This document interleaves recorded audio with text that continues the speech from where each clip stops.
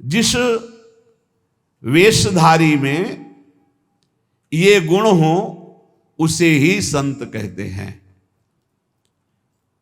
उसकी वाणी से केवल भगवत यश ही निकलता है। जब चार के बीच में बैठेगा तो भगवत चर्चा, ये पहली पहचान संत की। भगवान नारायण लक्ष्मी जी सहित समस्त पार्षदों को पहचान बताए हैं कि मेरे भक्त की सबसे पहली पहचान है कि वो जब बात करेगा तो मेरा नाम निकलेगा, मेरी बात निकलेगी। कहां गए थे वो? श्री जी की कृपा से परिक्रमा करके आ रहे थे। श्री जी ने ऐसी प्रेरणा की परिक्रमा होके आ रहे। और कैसे? बड़ी कृपा है लाडली जी की। नहीं और सब कैसे? बस श्री जी की बहुत कृपा है, बड़ी करुणामयी है। अपने जैसे अधमों को स्वीका शुरू पिंड छुड़ाना उसको मुश्किल पड़ जाएगा। ऐसे प्रेमी हैं, खड़े खड़े वो ऊब जाएगा, कब भागो। वो चर्चे वृंदावन प्रिया जो लाडली लालो के, ऐसे प्रियालाल के प्रेमी जन होते हैं कि उनको बस भगवत चर्चा ही करनी। अगर जबान खुली तो भगवत चर्चा। धूप है कि क्या है? देखा है, मधुकरी मांगने जा रहे संत जन मिल गए, खड़े धूप में नंगे पैर, चर्चा और घंटों चर्चा हो रही। बोधयंता परस्परम कथयंति च माम नित्यम तुष्यंति च रमंति च। ये कठिन बात है। चर्चा करते तो बहुत मिलते हैं, पर तुष्यंति च रमंति च, उसी में संतुष्ट होगा, आनंदित, उसी में रमण कर रहा है, उसे कोई चाह नहीं। भगवत चर्चा हुई मानो पेट भर गया। कितनी अहोभाग्य, 1 घंटा से भगवान की चर्चा हो रही, प्रियालाल की चर्चा हो रही। आगे कह रहे हरि को भजन, साधु की पहचान हर समय भजन परायण। कोई माला से जप रहा है, कोई बिना माला से जप रहा है। बिना माला से जपने वालों की पहचान होती, वो गुरु प्रसाद से जागृत होती। एक दृष्टि में पता चल जाएगा ये बहिर्मुख है या अंतर्मुख होकर नाम जप कर रहा है। जहां एक दृष्टि गई तो पता चल जाता है। अंतर्मुख का एक अलग होता है, वो एक कुछ अलग चेहरा हो, चाहे जितना वो छुपाना चाहे नहीं छुपा सकता। एक दृष्टि में पता चलता है नाम जापक है, अंतर से में नाम चल रहा है। और चाहे जितना दिखाना चाहे, मान लो ऐसे बाहर, तो अंतर में पता चल जाएगा ये केवल सामने की बात है, अंतर में इसके नहीं चल रहा है। दोनों बातें भजन करने वालों को अपने आप पता हो जाती है। उपासक,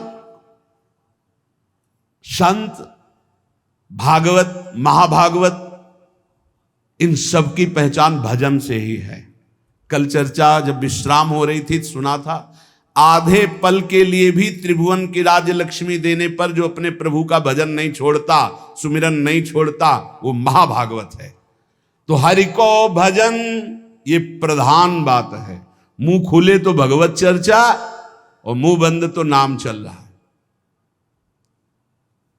राधा वल्लभ श्री हरिवंश, राधा वल्लभ श्री हरिवंश, या जो गुरु जी ने दिया हो, जो नाम प्रिय हो, राधा राधा, ये मान लो, बहुत आनंदित हो जाओगे। मान लो कुछ पैसा नहीं लगना हो, बहुत बड़े धनी हो जाओगे, बहुत बड़ा लाभ मिल जाएगा। ये सब पुण्य रुई का ढेर समझो, एक अपराध बन जाए सब भस्म हो जाएंगे। नाम सोना है, सोना जितना तपेगा उतना ही चमकेगा, नष्ट होने वाली नहीं, अविनाशी वस्तु है। कमा लो ये सोना। ये जो सोना है, सोना, ये सोना वास्तविक सोना, इसी सोना में सोवत पांव पसार। पूरी रात निकल जाए, जब नींद ना आवे, मंत्र चले, तब समझो। इसके लिए कभी सर्दी में कंबल नहीं ओढ़े गए, इसी बात के अभ्यास के लिए कभी कंबल नहीं। जो नीचे मार्किन पहने वही मार्किन उतार कर ऐसे पैर से फंसा के सर, पूरा शरीर कांप रहा है। मंत्राकार वृत्ति, पेट में अन्न नहीं, ऊपर वस्त्र नहीं, गंगा का किनारा, भीषण सर्दी, 1 मिनट नींद नहीं, मंत्राकार। 4 बजे गंगा में फिर खड़े हुए। ऐसे थोड़ी भागवती की वृत्ति बनाई जाती है। ऐसे लगा जाता है जैसे गरीब आदमी ओवर टाइम करके पैसा कमाता है, किसान आदमी रात दिन लगा रहता है। ऐसे कायर पुरुष थोड़ी भजनानंदी होते हैं। ये शरीर को बहुत दुलार करने वाले भजनानंदी नहीं होते। सच्ची मानिए, जितना सुख शरीर को दोगे उतना अध्यात्म सुख से हीन होते चले जाओगे। मारो इस प्रकृति जन्य की अधीनता को तुमने जो स्वीकार कर रखी। हर प्रकृति का वार सीधे सो। यह प्रवचन नहीं करते, जीवन में जो जिए वो बता रहे हैं। किसी आश्रम में ठहरना नहीं, ऐसे आश्रम में ठहरना जहां जंगल किसी का जाना नहीं, ऐसे बहुत से आश्रम मिले। जीवन भर प्रकृति से लड़ना रहा है, तभी परमात्म चिंतन का एक तार भाव बनता है। जब सीधे प्रकृति का वार सहे, यम ही न व्यथ्यन्ते ते पुरुषम पुरुषर्षभ। काशी के घाटों में जो तपन होती थी दिन भर धूप की, तो रात्रि के 2 बजे तक तपना ही होती थी, और 2 बजे उठ के नहा के विश्वनाथ जी जाना है।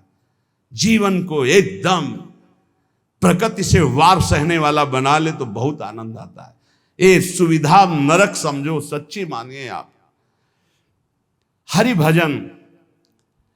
भजन में दिखावा कभी नहीं होना चाहिए, नहीं तो सच्चाई का हरि भजन छूट जाएगा। भजन करने वाले उपासक को कभी कीर्ति की चाह मत रखना, ये हम प्रार्थना करते हैं। ये अंतिम वो खाई है जहां से गिरा करके भगवान से विमुख कर दिया जाता है। दिन है तो रात आएगी, रात है तो दिन आएगा, ऐसे देखना हम तुमसे कहते हैं। ये सब केवल बाहरी है। आंतरिक श्रद्धा अटूट होती है, बाहरी श्रद्धा में कोई दम नहीं होती। हम इन श्रद्धाओं की दम नहीं होती। इनको तो हर गली में खड़ी होना, जहां वाह वहीं खड़े हो गए। श्रद्धा वो होती है अटूट, कि चाहे जैसी परिस्थिति हो, चाहे जैसी घटना हो, मैं आपका हूं तो सिर्फ आपका हूं। वो होंगे अंगुलियों में गिनने वाले, वो अंगुलियों में गिनने वाले होते हैं। इसलिए साधु की सेवा पहचान, स्वयं साधु होते हुए साधु की सेवा, और निरंतर हरि भजन, और सर्वभूत पर दया, समस्त जीवों पर दया का भाव। दया बिना साधु कसाई, पर ये भी दया करी तो आफत आई बड़ी। कैसे तुम्हें बताए, मतलब बहुत विचित्र गति। आध्यात्मिक आनंद की प्राप्ति के लिए बिल्कुल व्यवहार शून्य जीवन जो जिया गया, उसमें बिल्कुल विपरीत जीवन प्रभु ने ये किया है। हजारों लाखों की जो भीड़, ये जनसंख्या है भगवान, ये भीड़ भजन अगर निरंतर आपका अभ्यास है तो चल जाएगा, नहीं तो आम हो जाएगा कि मैं बहुत बड़ा हो गया हूं। जहां हुआ मैं बहुत बड़ा हुआ, वहीं से भक्ति का नाश हो जाएगा। ये सम्मानम कल्यात घोर गरलम नीचापमानम सुधा श्री राधा मुरली धरो भज सके वृंदावन मात्यज। ए भाई, कभी भूलकर भगवान से यश मत मांग लेना कि हमारा भी नाम हो जाए। बहुत खतरा है इस नाम में, बहुत खतरा है। आपसे सबसे प्रार्थना करते हैं, यश की चाह मत रखना। उर्कछु प्रथम वासना रही, सो प्रभु पद सरित प्रीति सो बही। बहा दो वासना को। अगर कोई वासना रहेगी तो बहुतायत में मिलेगी, क्योंकि मेरा मालिक सबसे पहले अंदर की वासना की पूर्ति करता है। विभीषण जी के पहुंचने पर सबसे पहले लंकाधिपति का अभिषेक किया। इसलिए साधक अंदर की वासनाओं को देख लो। अगर कोई भी वासना है तो हटा दो। नहीं, मेरे स्वामी का स्वभाव है, पहले तुम्हें वासना की चीज फेंकेंगे, ले, और जब घृणा हो जाएगी तब आगे बढ़ा देंगे। मान आखिरी खाई है जिस पे साधु गिर जाता है। इसीलिए सबसे पहले सिद्धावस्था की सीढ़ी पे निर्माण लिखा है। निर्माण अमोहा जित संग दोषा। अपने में कोई गुणा अभिमान आकर के ये श्रेष्ठता का भाव हो जाना, मानो परमार्थ में पोछा लग जाना है। भाई, कभी अहम, ये भाव मत अहम में लाना कि मेरा नाम हो जाए। भगवान को जो करवाना तो करवाने ही, वो तो सर्व समर्थ हैं, वो तो नौकर हैं, हम वैसे ही करना पड़ेगा। पर चाह कभी मत करना। अगर चाह किया तो ये आखिरी खाई है, इसमें साधु को गिरा दिया जाता है। ये माया की बड़ी विचित्र मनोहर चाल है। बड़ा मीठा जहर है जिसे हाथ में लेकर स्वयं खा लिया जाता है। ये मान प्रतिष्ठा यश कीर्ति, ये जगत मंगल कराने वाले भगवान की हो, उन्हीं का यश गाएं। अपनी कभी न मानकर इसका जो भोग करेगा वो नष्ट हो जाएगा। मेरी यश कीर्ति इससे नष्ट हो जाएगा। सर्वभूत पर दया, दया तो करनी है, पर दया वो जिसमें भगवत विस्मरण न होने पावे। दया को उल्टा याद, अगर हरि की याद भूल गई तो वो दया फंसा देगी पक्का। और जिस दया में हरि सामने है कि ये मेरे भगवान हैं, वो कभी नहीं फंसा पाएगी। संत के लक्षण, जब वाणी खुले तो भगवत चर्चा, जब वाणी बंद तो भगवान नाम जप, और स्वयं साधु होते हुए साधु की सेवा ये प्रधान लक्षण है। हरि को भजन साधु की सेवा, सर्वभूत पर दाया, हिंसा लोभ दंभ छल त्यागे, विषम देखे माया। कभी किसी की हिंसा ना करे, ये साधुता का लक्षण है।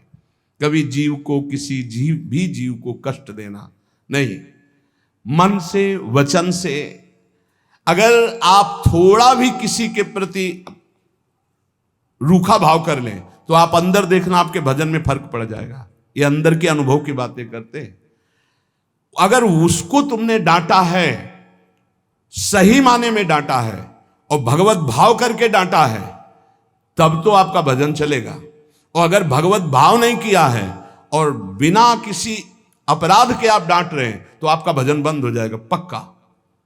थोड़ा अपराध है, बहुत डांट दिया तो आपका भजन बंद हो जाए। ये भागवती क्षेत्र है।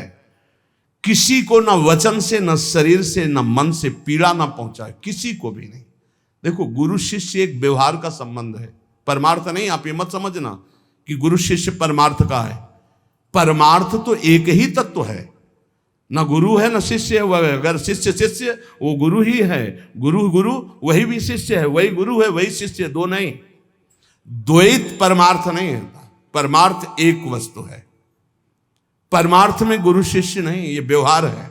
प्रणाम नमस्कार वंदन ये सब व्यवहार के अंतर। परमार्थ में एक वासुदेव यहां जो विराजमान वही यहां विराजमान है। उसी वासुदेव को देखकर वो स्वांग शिष्य का कर रहा है तो आप स्वांग गुरु का कीजिए। बस स्वांग है, सत्य वस्तु एक ही है जो सर्वत्र विराजमान है। इसलिए किसी को भी वचन से, शरीर से या मन से पीड़ा ना पहुंचावे। लोभ, किसी भी तरह अर्थ का लोभ ना आने पावे। दंभ, कोई दिखावा मान प्रतिष्ठा के लिए नाटकबाजी नहीं होना चाहिए। छल त्यागे, छल अंदर कुछ है बाहर कुछ है ऐसा ना करे। साधुता का मार्ग निर्मल है।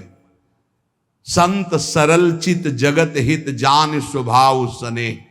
संतों का स्वभाव होता है जगत मंगल करना, सरल चित्त, छल कपट रहित रहना। और विषम देखे माया। माया किसे कहते हैं?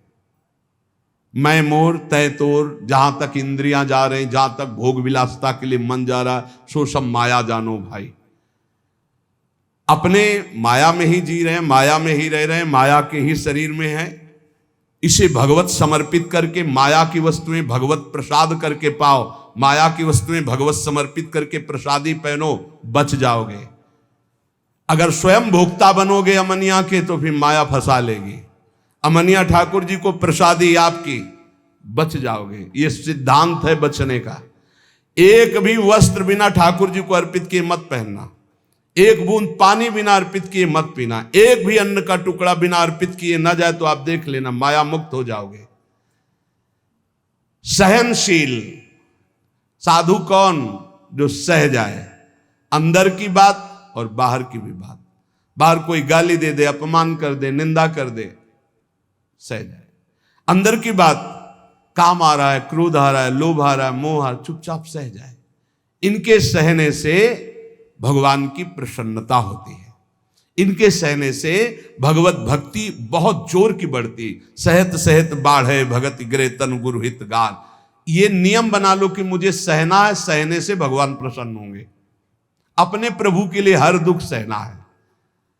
जब ये बात आ जाती है तो सब कुछ सहन करने में आनंद आता है। भला कष्ट सहने में कहीं आनंद आता है, लेकिन आनंद आता है अपने प्यारे के लिए कष्ट सहने में आनंद आता है। सहनशील, अगर ज्ञान हो जाए तब तो फिर क्या कहना हो, ज्ञान नहीं तो अपने प्रभु के लिए सहो।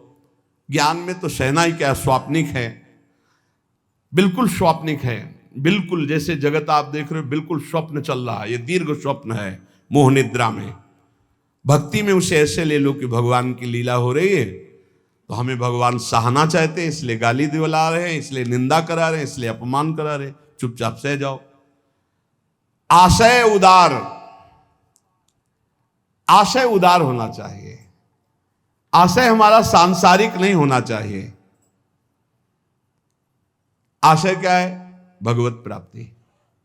भगवत प्राप्ति के लिए हमें हर बात सहनी है। धीरज, धैर्यवान। भगवत प्राप्ति अगर आशय नहीं, लक्ष्य नहीं, तो आप सह नहीं सकते, पक्का समझ लेना। भगवत प्राप्ति के लिए सह सकते हो। भगवान की बड़ी विचित्र लीला, बड़े बड़े सिद्धों को पिटवाया है, पुजवाया है, दोनों काम करते हैं वो। पुजवाना भी वाह वाह और पिटवाना भी, ये दोनों काम साथ उनके चलते रहते हैं। अगर ऊपर से कुम्हार पीटता है मटकी को तो अंदर से हाथ दिए रहता है, ऐसे दोनों कार्य होते हैं। अब बोलो बूढ़े बाबा माधवदास जी हैं जगन्नाथपुरी में, और उनकी कौन सी परीक्षा बकाया है? साथ ले जाते हैं बाबा, रात्रि में शयन हो जाता है जगन्नाथ जी का, आते हैं बाबा चलो आज राजा के बगीचे के कटहल का, बड़ी खुशबू मार रही, पके कटहल है। तो जय जय आप सुबह हमें आदेश करें, हम राजा के पास जाएंगे, भिक्षा मांगेंगे, वो कटहल लाके आपको दे देंगे। जब राजा सुनेंगे कि आपको कटहल पसंद है तो बगीचा ही आपके नाम करवा। तो बाबा जो चोरी में आनंद मिलता है वो साहूकारी से मांग के थोड़ी ठीक लगेगा। बोले वैसे प्रभु चोरी क्या हो, तो आप ही का बगीचा है, आपका ही तो। बोले उपदेश मत करो, हमारे साथ चलो। बाबा को ले गए, बाउंड्री फंदवाए, ठाकुर जी झील कर बाउंड्री सुनको, 9 किशोर, ये तो आप चढ़ गए। बाबा आप ऊपर कटहल के पेड़ में, वो बहुत पका है। बोले अनीति मत करो जय जय, आप 9 किशोर आप चढ़ो, हम नीचे हैं। बाबा तुम चढ़ो, हम नीचे से बताते रहे। जो ही कटहल एक तोड़कर पका फेंका, उसने कहा वाह वाह बाबा बहुत। अरे बोले जय जय इतनी जोर से वाह वाह कह रहे हो कि चौकीदार सब जान जाएंगे, पिटवाओगे आप हमें। फिर दूसरा जो फिर वाह वाह, तो दरवाजा खुला, चौकीदार आए, आप तो अंतर ध्यान हो गए, पकड़े गए माधोदास। रात्रि का समय तो 10-5 डंडा होता, पर जब देखे कि कौन है तो पता चला कि तो माधोदास बाबा। तब सुबह राजा के सामने पेशगी हुई। राजा तो उतर कर साष्टांग दंडवत हुआ, अरे महाराज आप आदेश कर देते तो जितने कटहल लगे सब आपकी कुटिया भिजवा देते, आप ऐसा। बोले आप आदेश कीजिए, आप ऐसा। अरे बोले हम क्या आदेश करें, क्या तुम्हें बताएं। समझाया था कि सुबह हम राजा के यहाँ से भिक्षा मांग लाए, पर वो बोले कि ऐसे ज्यादा आनंद आएगा। तो आनंद तो हमें आया महाराज, देखो पूरे डंडा बने हुए तुम्हारे चौकीदार। मतलब क्या? बोले जगन्नाथ जी साथ थे, ऐसा। कहा बड़ा अपराध बन गया। सुबह ही पूरा सब हो जाके जगन्नाथ जी को समर्पित कर दे। बड़े बड़े सिद्धों को पिटवाना। अब वो कहीं भोजन मांगने नहीं जा रहे, रात दिन भजन में डूबे हुए हैं। अपना थाल अपने पार्षदों से जो भोग में लगा सजवा करके और खूब आप दिव्य पार्षदों से गायब करवा दिया। माधवदास बाबा के पास, बाबा पा लीजिए वो प्रसाद आया जगन्नाथ जी का। हाँ अभी रख दो, फिर हम धो के रख देंगे, बाहर से ले जाना। अब प्रगट पार्षदों ने देखा थाल ही गायब। अब पूरी हल्ला मच गया, जगन्नाथ जी का थाल गायब, भोग का। जब माधवदास बाबा भजन से उठे, खूब प्रसाद पाया और समुद्र से धोकर अपनी झोपड़ी के ऐसे कुटिया के ऐसे किनारे। किसी ने बताया थाल तो वहां धुली मंजी रखी हुई है जगन्नाथ महाराज जी की माधवदास बाबा के पास। वहां गए तो देखा था। बोले ऐसा छोड़। अब ये भी नहीं सोचा कि जब भोग लगता है तो सब पार्षद ऐसे बैठते हैं, पर्दा लगता है, वहां से थाल कौन ले जाएगा। बड़ी पिटाई की माधवदास। अच्छा माधवदास बाबा इसलिए पिटाई को सुखपूर्वक सह रहे थे कि महाप्रसाद पाया है तो ये भी प्रसाद पा लो। अब थाल लेकर के भूखे हैं तो थाल आप भिजवा रहे हैं, आप ला रहे हैं, पिटाई आप कर। इनके रहस्य को समझना बड़ा कठिन। इसलिए ये कभी ना समझे कि ये गाली देने वाला कोई और है, ये पीटने वाला कोई। प्रभु पिटवाते हैं, प्रभु ही पुजवाते हैं, दोनों काम कराते रहते हैं, बैलेंस बराबर बना के चलते हैं। पक्का समझना है। सहनशील। कोई डर रहा होगा कि यार ज्यादा भक्ति करने पे पिटवाते भी है। ये सिद्धों के साथ करते हैं, आपके साथ नहीं खेलेंगे। बच्चों को भारी वजन उठाने को नहीं दिया जाता। अपने लोग बच्चे हैं, इसलिए चिंता मत करना कि आपकी भी परीक्षा होगी। ये सिद्धों के साथ खेलते हैं। सहनशील, आशय उदार, अति धीरज सहित विवेकी, अत्यंत धैर्यवान और विवेकवान, सद असद का ज्ञान रखने वाले को विवेकी कहते हैं। सत्य वचन, साधु के वचन सत्य होते हैं, इसलिए कभी असत्य न बोले। सत्य वचन सबको सुखदायक, जब बोले तो विचार करके बोले, और ऐसे वचन बोले जिनमें दूसरों को सुख मिले। ये बचने का दरिद्रता, वचन में दरिद्रता क्या, कोई पैसा लगता है? बड़े मीठे वचन बोलो बना के, दूसरों को सुख पहुंचाने वाले हितकर सत्य वचन बोलो। और गहि अनन्य व्रते की, अपने इष्ट का अनन्य होगा, ये होता संत की पहचान। बोले इंद्रियजित, 5 ज्ञानेंद्रियां 5 कर्मेंद्रियां उसके बस में होंगी, पर अभिमान न जाके, इंद्रिय विजयी होने का अभिमान नहीं होगा। तो बोले करे जगत को पावन, ऐसा महात्मा सारे संसार को पावन करने वाला होता है। भगवत रसिक तासु की संगति, तीनों ताप न सावन, ऐसे संतों की संगति तीनों ताप, दैहिक दैविक भौतिक सब तापों का नाश करने वाला होता है। तो श्रीपाद कहते हैं कि वृंदावन में यदि ऐसे रसिकों का संग मिल गया तो आप ये जान पाओगे कि वृंदावन में जो कूकर शूकर जीव जंतु हैं सब भजनानंदी परमहंस हैं, महापुरुष हैं। वृंदावन मनु विंदाम्य हम अपि देहम स्व सुकरादि नाम। इसलिए मैं भी ये इच्छा करता हूं कि मेरा शरीर अगर छूटे और प्रियालाल ना मिले तो मैं सुअर कुत्ता वृंदावन का बनूं, बाहर ना बनूं। और ये यहां का सिद्धांत है। यहां जिसका शरीर छूटता है उसे बाहर नहीं भेजा जाता। कीड़ा मकोड़ा पशु पंछी जो भी बनेगा वो यहीं का बनेगा। मेरा जन्म वृंदावन में ही हो, किंतु अन्य जगह देव शिरोमणि दुर्लभ शरीर मुझे ना मिले। मुझे वृंदावन में सूकर कुकर आदमी बन, क्योंकि यहां कभी रसिकों की जूठन मिलेगी, प्रियालाल के गुण गाने वाले रसिकों के दर्शन होंगे, प्रियालाल का यश सुनने को मिलेगा, और जब इसी रज में शरीर छूटेगा तो प्रियालाल की प्राप्ति हो जाएगी। संत वचन, महापुरुषों ने जगत मंगल के लिए उपदेश किए हैं। ये जो पीछे आपने सुना होगा यम नियम धारण करना चाहिए, अगर यम नियम धारण करता है तो उसमें बड़ी दिव्यता आती है। यम नियम आसन प्राणायाम प्रत्याहार धारणा ध्यान समाधि यो अष्टांगानि, योग के ये 8 अंग हैं, 8 अंग हैं। यम नियम आसन प्राणायाम प्रत्याहार धारणा ध्यान और समाधि, ये अष्टांग योग कहलाता है। पर यम नियम हर उपासक के जीवन में होना चाहिए, चाहे जिस मार्ग का हो। ये यम नियम सब संप्रदाय सब उपासकों के जीवन में होते हैं। क्या यम? ये 5 होते हैं। अहिंसा सत्य आस्तेय ब्रह्मचर्य अपरिग्रहा यमाह, ये यम। किसी की हिंसा न करना, सत्य आचरण, सत्य भाषण, सत्य विचार, किसी की चोरी न करना, सदैव ब्रह्मचर्य का पालन या गृहस्थ में उचित ब्रह्मचर्य का पालन, और अपरिग्रह, किसी से भी दान न लेना, ये यम है। अगर यम का पालन किया जाए, अपरिग्रह स्थैर्य जन्म कथंत संबोधा, अगर किसी से जिंदगी भर कोई दान ना ले, यम का और नियम का पालन करे, तो उसे कई जन्मों की स्मृति प्राप्त हो जाएगी। जैसे इसमें ब्रह्मचर्य, अपरिग्रह, आस्ते, चोरी ना करना, सत्य बोलना, किसी की हिंसा न करना, ये 5 यम हैं। इनमें अपरिग्रह, जो इन 4 यमों का पालन करते हुए 5वां अपरिग्रह, कभी किसी का दान न ले। आकाश वृत्ति से प्राप्त हुई भिक्षा या माधुकरी वृत्ति से प्राप्त हुई भिक्षा को कभी दान नहीं कहते। जो किसी से हाथ फैला के लिया जाता है उसे दान कहते हैं।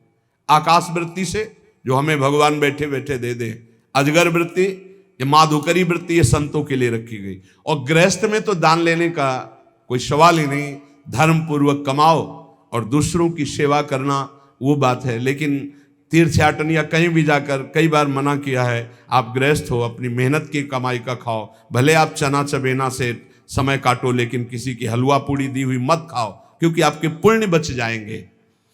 कितनी बड़ी बात है। यही यम का पालन कर रहे थे भीष्म पितामह जी, ब्रह्मचर्य, सत्यवादी और अहिंसा। अहिंसा का तात्पर्य बहुत सूक्ष्म होता है। जो धर्म विरुद्ध आचरण करने वालों को धर्म युक्त दंड देता है वो हिंसा नहीं मानी जाती।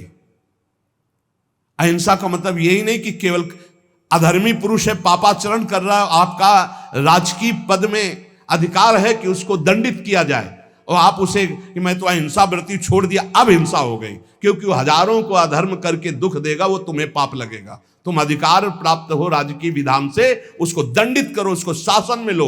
अधिक पापी है तो उसको न्याय के द्वारा ऐसे कब्जे में रखा जाए जिससे वो अपराध ना कर पावे। तो कहीं कहीं हिंसा भी अहिंसा हो जाती है, हिंसा भी अहिंसा हो जाती है। जैसे हम पीछे सुनाया था वो लकड़ी हरी उजाले का, पूरे 4 को मारा तो पूरा गांव बच गया, तो वो अहिंसा हो गई, वो पुण्य हो गया।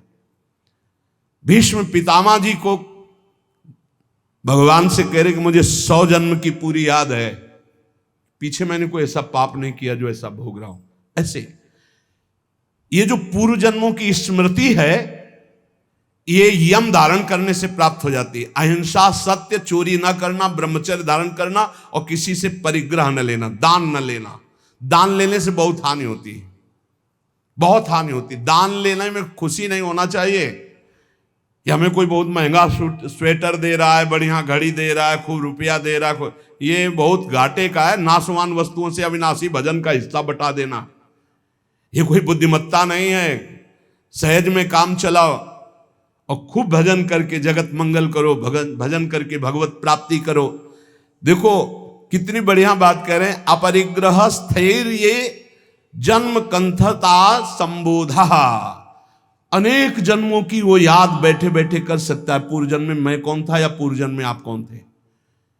जो किसी का कभी दान नहीं लिया और अखंड ब्रह्मचर्य से रहता है, सत्य बोलता है, चोरी नहीं करता, किसी की हिंसा नहीं करता, जो ब्रह्मचर्य से रहता है, ब्रह्मचर्य प्रतिष्ठायाम वीर लाभः, ब्रह्मचारी जैसा कोई बलवान नहीं होता।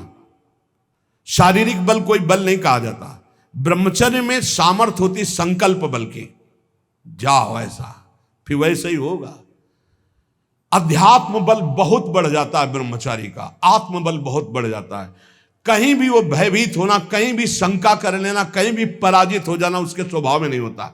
जो ब्रह्मचारी होता स्वभाव में नहीं होता। ये खास बात होती है।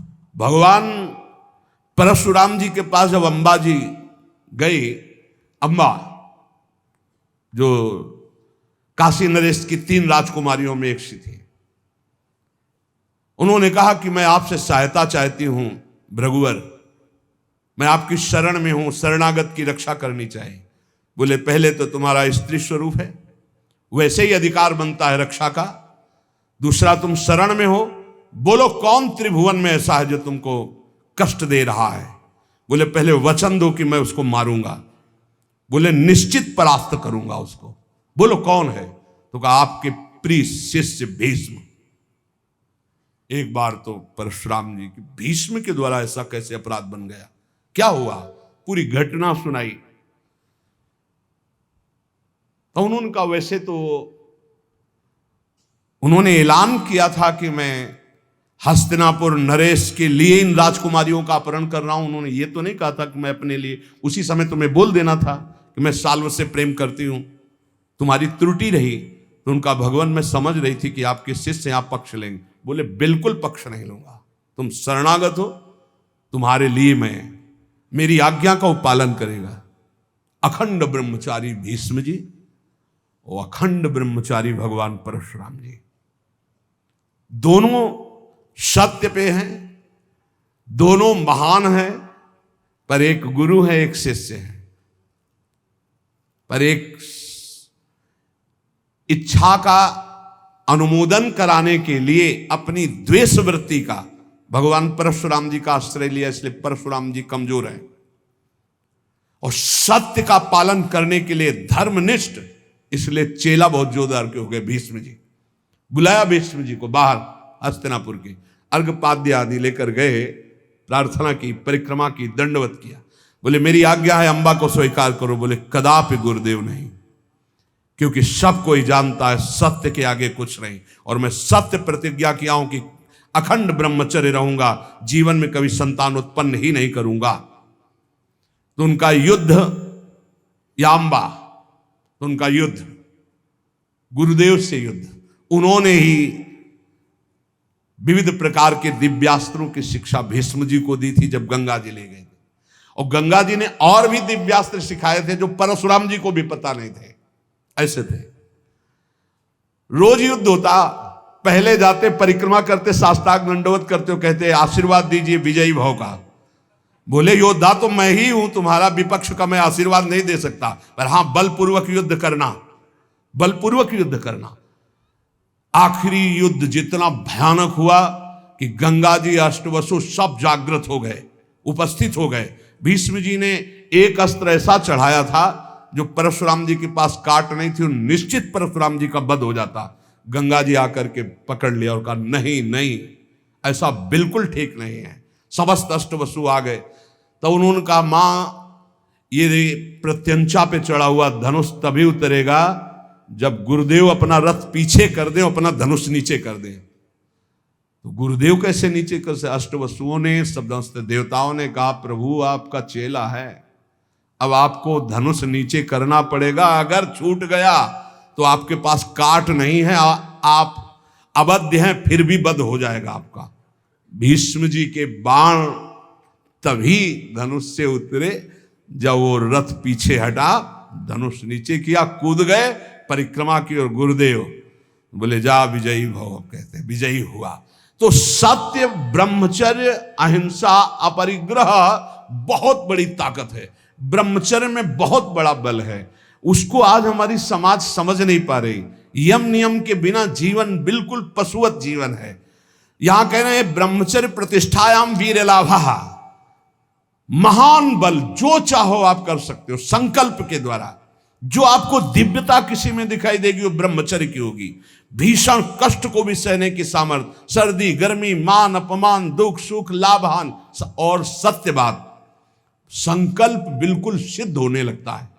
जिसका ब्रह्मचर्य पवित्र होता, जो संकल्प करेगा, और संकल्प नहीं करेगा तो ब्रह्मचर्य अध्यात्म की ऊंचाई में बैठा कर उसे मुक्त कर देगा।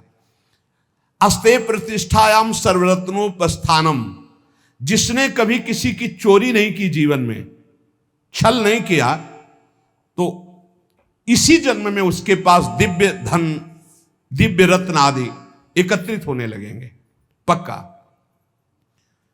विविध प्रकार के स्वर्ण आभूषण, विविध प्रकार की भोग सामग्रियां, ऐसा संयोग बनेगा। कभी चोरी नहीं की, जो इन यम नियमों को धारण करता है। एक एक का बहुत बड़ा प्रभाव है। अस्तेय प्रतिष्ठायाम सर्वरत्नोपस्थानम, अपने आप आकर के संपूर्ण रत्न, स्वर्ण आदि संपत्ति उसके पास एकत्रित, जो कभी जीवन में चोरी नहीं किया, जो ब्रह्मचारी है, जो अहिंसा परायण है, और जो अपरिग्रह, कभी किसी से दान नहीं लिया। वैसे भी लिखा हुआ है कि जो धर्मात्मा पुरुष धर्म से यम नियम के द्वारा चलता है, तो जैसे समुद्र में बिना बुलाए हुए सारी नदियां जाती है, ऐसे चारों तरफ से संपत्ति उसको घेरने लगती है, सुख सुविधा उसको घेरने लगती है, जो धर्म पूर्वक चलता है। सत्य प्रतिष्ठायाम क्रियाफलान आश्रयत्वम, जो सत्य बोलता है, सत्य विचार वाला है, सत्य आचरण वाला है, तो सारे फल उसका आश्रय ले लेते हैं। हर क्रिया का फल वो जो चाहे, जैसे चाहे, जो बोलेगा, जो सोचेगा वही हो जाएगा। ऐसा है। एक इतना बड़ा बालक है, हंसी मजाक में सर्प डाला था, कोई गुस्सा होके नहीं डाला था परीक्षित जी ने, कि पता नहीं समाधि में है या ढोंग कर रहे हैं समाधि का, ऐसे डाला और चले गए। कुछ बच्चों ने जाकर बताया, श्रृंगी ऋषि तुम्हारे पिता के गले में चक्रवर्ती सम्राट महाराज परीक्षित मरा हुआ सर्प डाल दिए। उनका ऐसी असभ्यता, इतने बड़े बालक हैं अभी, ऐसी असभ्यता, चक्रवर्ती सम्राट होता हुआ भी इन महापुरुषों की महिमा को नहीं जानता, ऐसी असभ्यता। ये समझता है यही दंड धारण करता है, देख मैं ब्रह्म ऋषि बालक हूं, इसको दंड देता हूं, आज के 7वें दिन तक्षक सर्प इसे काटेगा और मरेगा। इतने बड़े बालक है। जवान से निकली हुई हर बात, जब उनके पिता शुद्धि में आए, साफ हटाके से दौड़ के आके संग ऋषि लिपट गए। उनका रोने की क्या जरूरत है, मरा हुआ ही सर्प तो था। उनका पिताजी, ये अपमान है आपका। अपमान तो उस राजा का हुआ, वो धर्मात्मा राजा आया हुआ था, आश्रम में आया हुआ राजा अतिथि था। हमें चाहिए था हम जल पिलाते, हम उठकर अर्घ देते, पर मैं बाह्य था ही नहीं, बाह्य दशा में, समाधि दशा में अंतर था। वैसे तो अपराध मेरा ही बना कि राजा धर्मात्मा आया और मैंने स्वागत नहीं। बोले प्रभु हमने तो उसको दंड दे दिया। क्या 7 दिन में तक्षक डसेगा? इतने बड़े धर्मात्मा राजा को ऐसा शाप, मतलब पिता की भी सामर्थ्य नहीं कि उसे नष्ट कर सके।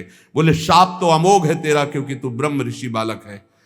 कुछ ऋषियों को भेजा, जाओ परीक्षित को बता दो तुम्हारा 7 दिन में जो कुछ कल्याण करने का उपाय कर लो, नहीं 7वें दिन तक्षक काटेगा और निश्चित काटेगा और तुम्हारी मृत्यु हो जाएगी।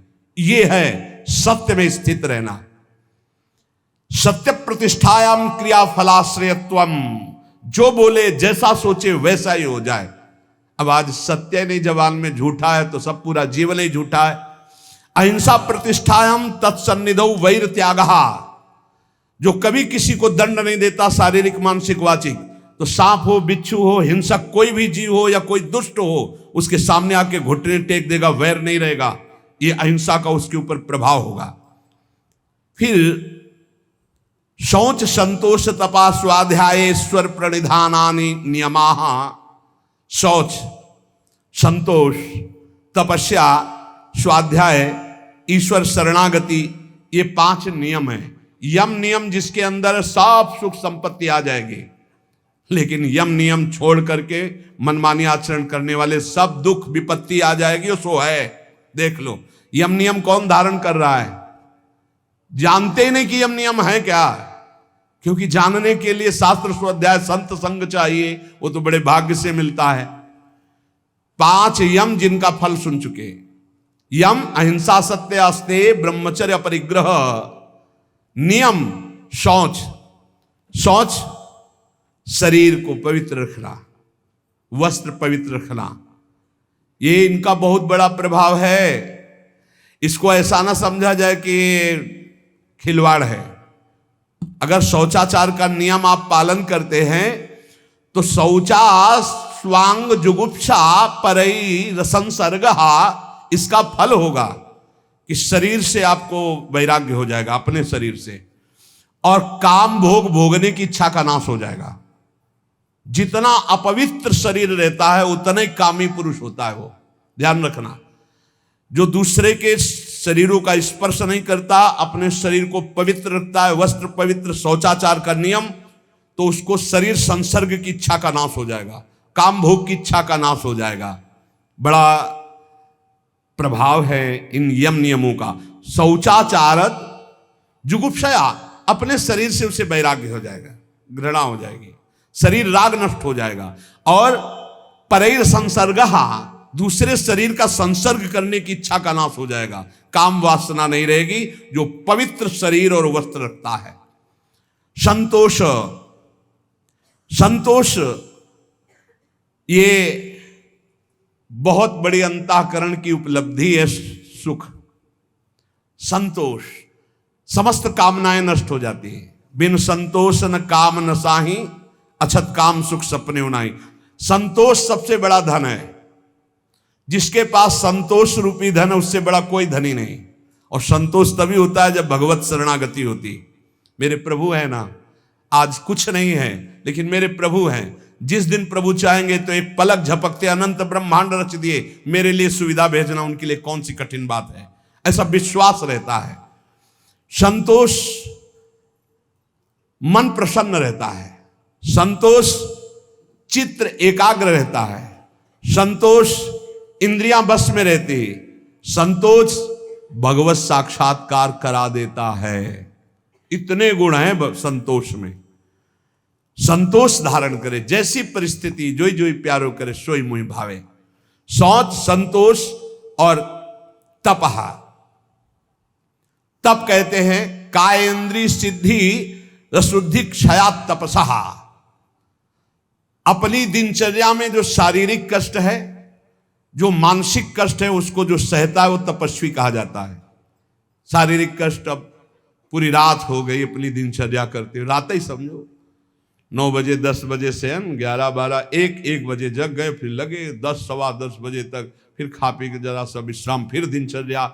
ना चैन से सोना है, ना कोई मनोरंजन है, ना कोई भोग वासना का खेल है, रात दिन जलते हुए आगे बढ़े। क्या हो रहा है इससे? आप रोज विजयी हो रहे माया पर। कायेंद्रीय सिद्धि रसुद्धि क्षयात तपसा। समस्त अशुद्धियां पाप तुम्हारे नष्ट हो रहे हैं और शरीर और इंद्रियां परम पवित्र हो रहे हैं। सिद्धि सिद्धि, जो चाहोगे वो प्राप्त हो जाएगा। ये तपस्या से, तपस्या से ब्रह्मा जी सृष्टि रचते हैं, तपस्या से ही महादेव जी इसका संहार करते हैं, तपस्या से ही हरि इसका पालन करते हैं। तप बहुत बड़ी वस्तु है। जिसके जीवन में तप नहीं वो कुछ नहीं समझ सकता। श्री हरिवंश प्रसिद्ध धर्म समुझैना अलप तप। थोड़े तपस्या वाला हरिवंश धर्म को नहीं समझ सकता। तप किसे कहते हैं? अपनी दिनचर्या में शारीरिक मानसिक जो कष्ट मिलते हैं उनको सहना। स्वाध्याय, शास्त्र का अपने इष्ट देवता के गुणों से भरा हुआ जो ग्रंथ है उसे शास्त्र कहते हैं। जैसे अपने श्रीमद चतुरासी जी 42 लीला, श्रीमद राधा सुधा निधि, सेवक वाणी, सब इष्ट रस से भरी हुई। स्वाध्यायात इष्ट देवता संप्रयोग।